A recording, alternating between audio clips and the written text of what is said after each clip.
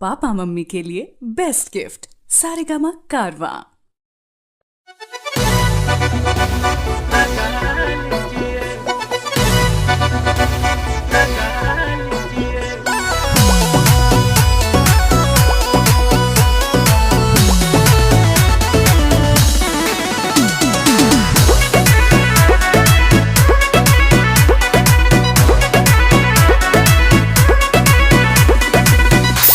बरस की उम्र बड़ी लचकती कमर। अच्छा 16 बरस की उम्र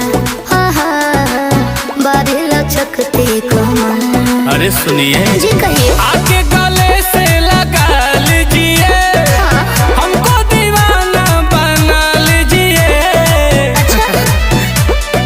रूप को सजा के धूप से बचा के बालों में गुलाब लगा लीजिए, अरे दिल में जनाब बसा लीजिए। ख्वाब से जगा के आज मुस्कुरा के खुल के जरा मजा लीजिए, बालों में गुलाब लगा लीजिए। अच्छा जी सुनिए तो क्या हुआ?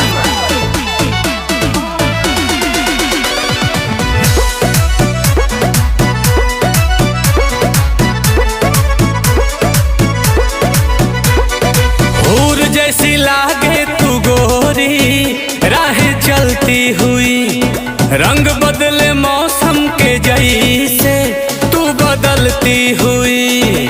कितना प्राकृतिक दृश्य है, है?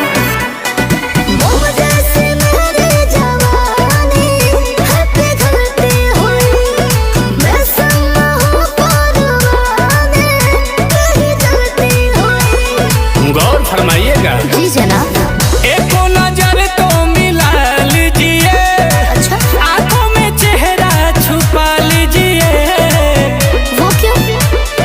रूप को सजा के धूप से बचा के बालों में गुलाब लगा लीजिए, अरे दिल में जनाब बसा लीजिए। ख्वाब से जगा के आज मुस्कुरा के खुल के जरा मजा लीजिए, कि बालों में गुलाब लगा लीजिए।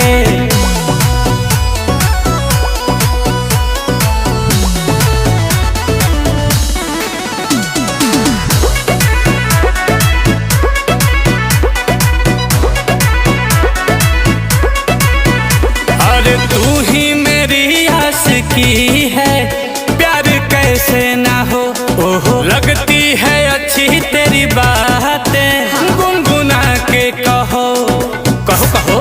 सुनो सुनो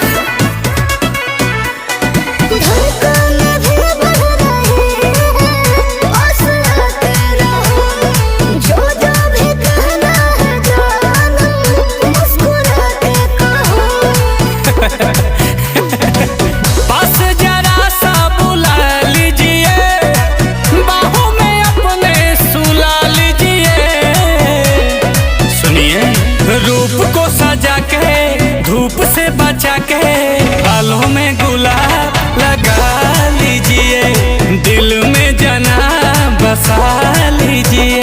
अरे ख्वाब से जगा के आज मुस्कुरा के खुल के जरा मजा लीजिए, बालों में गुलाब लगा लीजिए।